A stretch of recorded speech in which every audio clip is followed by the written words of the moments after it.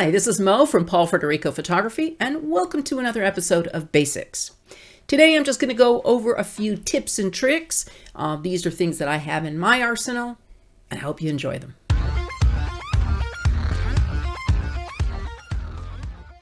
That's half the fun of doing this, is talking to local people. Local people are usually really happy to share their, the atmosphere and share local lore and, hey, did you see this? Hey, go see that.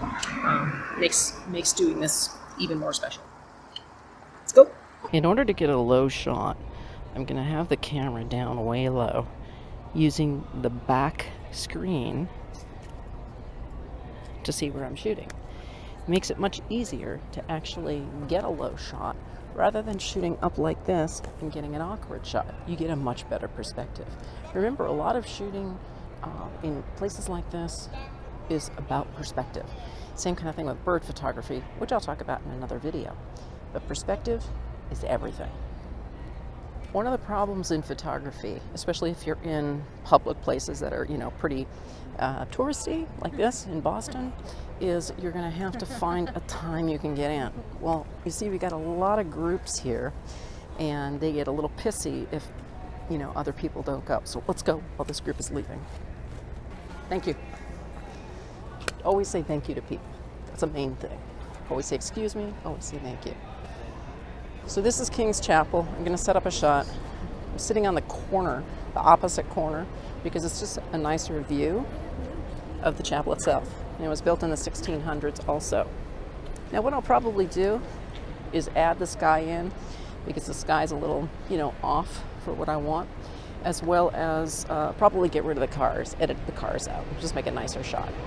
Right now I have the camera in auto ISO, which is really good for bird photography and wildlife photography, but for this in the city, I don't really want it. So I'm gonna go into my camera, I'm gonna go in here and change it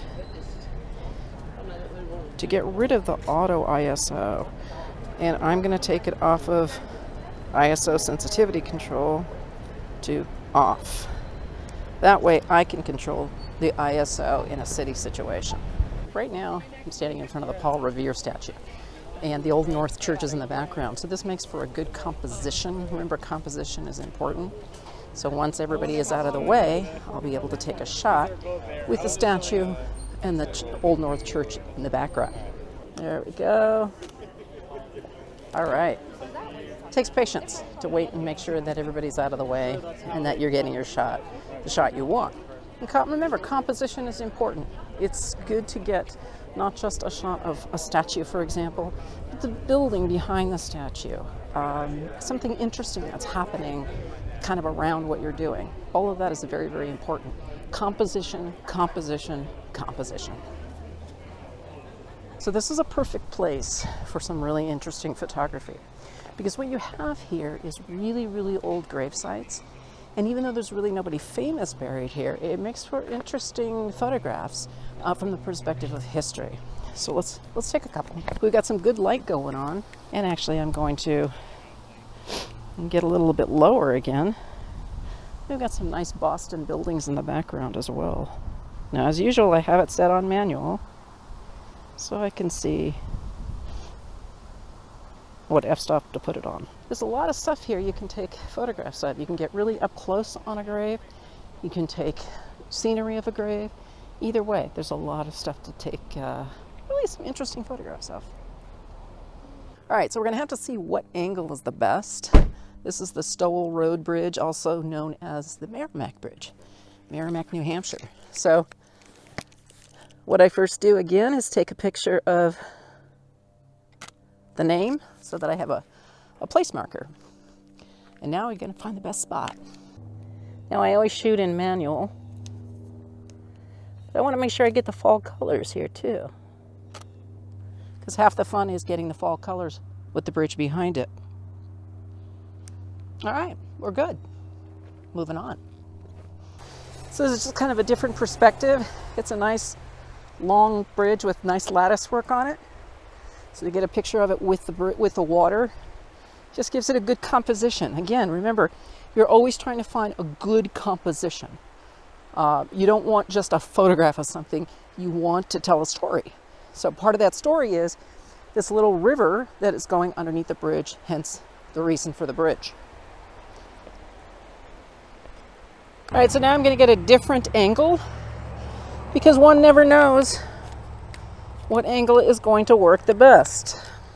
And actually, I'm going to bring it down like that. And then we'll do some from the front as well. $5 fine for riding or driving over this bridge faster than a walk. A lot of these bridges had those weird laws on them. That is not at all uncommon to see those laws.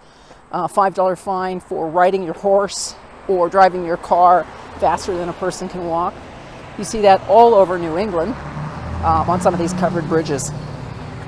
Okay, first thing I'm going to do is take a picture of the sign so that we know when this bridge was made and what bridge I'm taking a photograph of. So I'm going to give you a little background on why there are covered bridges in some of these northern states.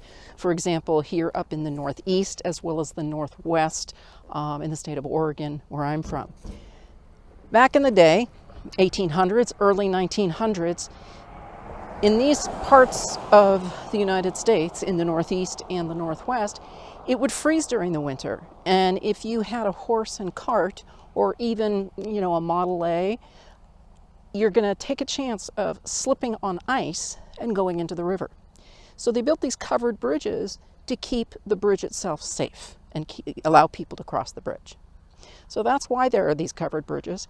And in the states of Vermont, Pennsylvania, New Hampshire, some of Massachusetts, and Oregon, and I think there are a couple in Iowa as well, some of these covered bridges still remain because residents in the area really want to preserve history and keep these bridges. So now let's take a picture of this one. So I went angled this way just to give a different perspective again for this bridge, different view. This bridge was built in 1789 and it was refurbished in 1869, so yeah, still pretty darn old. Let's take a picture of the sign so that we know where we were or where we are. The Thompson Bridge, built in 1832. Nice. Now let's go down here a little bit, because this used to be a woolen mill. And there's a bit of a dam, as we can hear the sound of the rushing water. So we might as well pop down here and see if there's a picturesque view. Looks like it's a little too covered by the trees, which, it's fall in New England, so we love the trees, but we're not really getting a good view. So we'll move on to the other side. This is a bridge where we can get several different angles. So again, thinking about composition, it's important to remember what angles you're looking for. And I see, even though there's a tree in front of it right here, it's still a really, really nice angle to get a photograph of. We've actually got a really nice reflection of the bridge in the water. And that makes for a very nice, again, composition, because you've got the reflection as well as the bridge itself.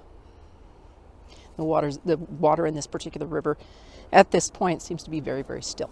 So it gives a nice reflection. All right, let's move on. So we have a much better view here because we've got the fall foliage as well as a beautiful shot of the bridge and a nice blue sky with some clouds in it. So it's really, it's again about the composition. We can get rid of the power lines later in post-production. But for now, we have a much better, a much more creative view of this bridge, with having the ability to get that tree in there as well. All right, so we've got some really, really picturesque stuff here. We've got a waterfall, as you can hear, and now you can see, and then the bridge just behind it with the changing colors as well. So I may actually change cameras for this one, and go for the really wide angle lens, but maybe I can do it with this one. We'll see. As I'm driving down the road, I saw this really cool setting. And that's one of the things I do in my photography is I look for cool settings. I mean, it's got a rocking chair on the porch. That thing was probably built in at least the 1800s, late or 1800s, if not early 1800s. So I stopped because it's just a beautiful, picturesque old building. So let's take a quick shot. There's this bridge we just came upon on our way to another covered bridge. And apparently it is a historical bridge, but it has no name. From the height of it, I'm going to say this is a railroad bridge, just out of experience from taking photographs of covered bridges. So if you see the bridge behind, it's much, much taller than the normal covered bridge. So this tells me that this at one point in time was a railroad track, and that is a railroad bridge. So I'm going to take a couple photographs of it. Sometimes, unfortunately, you have to do a little bit of a hike. Luckily this time, it's a nice road, beautiful setting. In New Hampshire during the fall colors, in this part of New Hampshire, the fall colors are just now coming out. But sometimes you have to take a little walk, and that's okay. It depends on if it's worth it to you to take a photograph. For me, of course, it is, because this is what I do. But actually, it's not very far. Looks like the bridge is right there. So here we are. All right, this one, I mean, it has a name. It's the Blacksmith Bridge, but it's really hard to find. There's obviously a reason for that, because, and nobody seems to know about it, but it's super picturesque. Obviously, no one rides this road anymore, and it is a historic bridge built in the 1800s, but it's in the middle of nowhere going across this creek, and the road doesn't go to it anymore. Obviously, the road bypasses it, and it's pretty broken down. But it's really, really cool. And here it is. This is the Blacksmith Bridge. Very picturesque.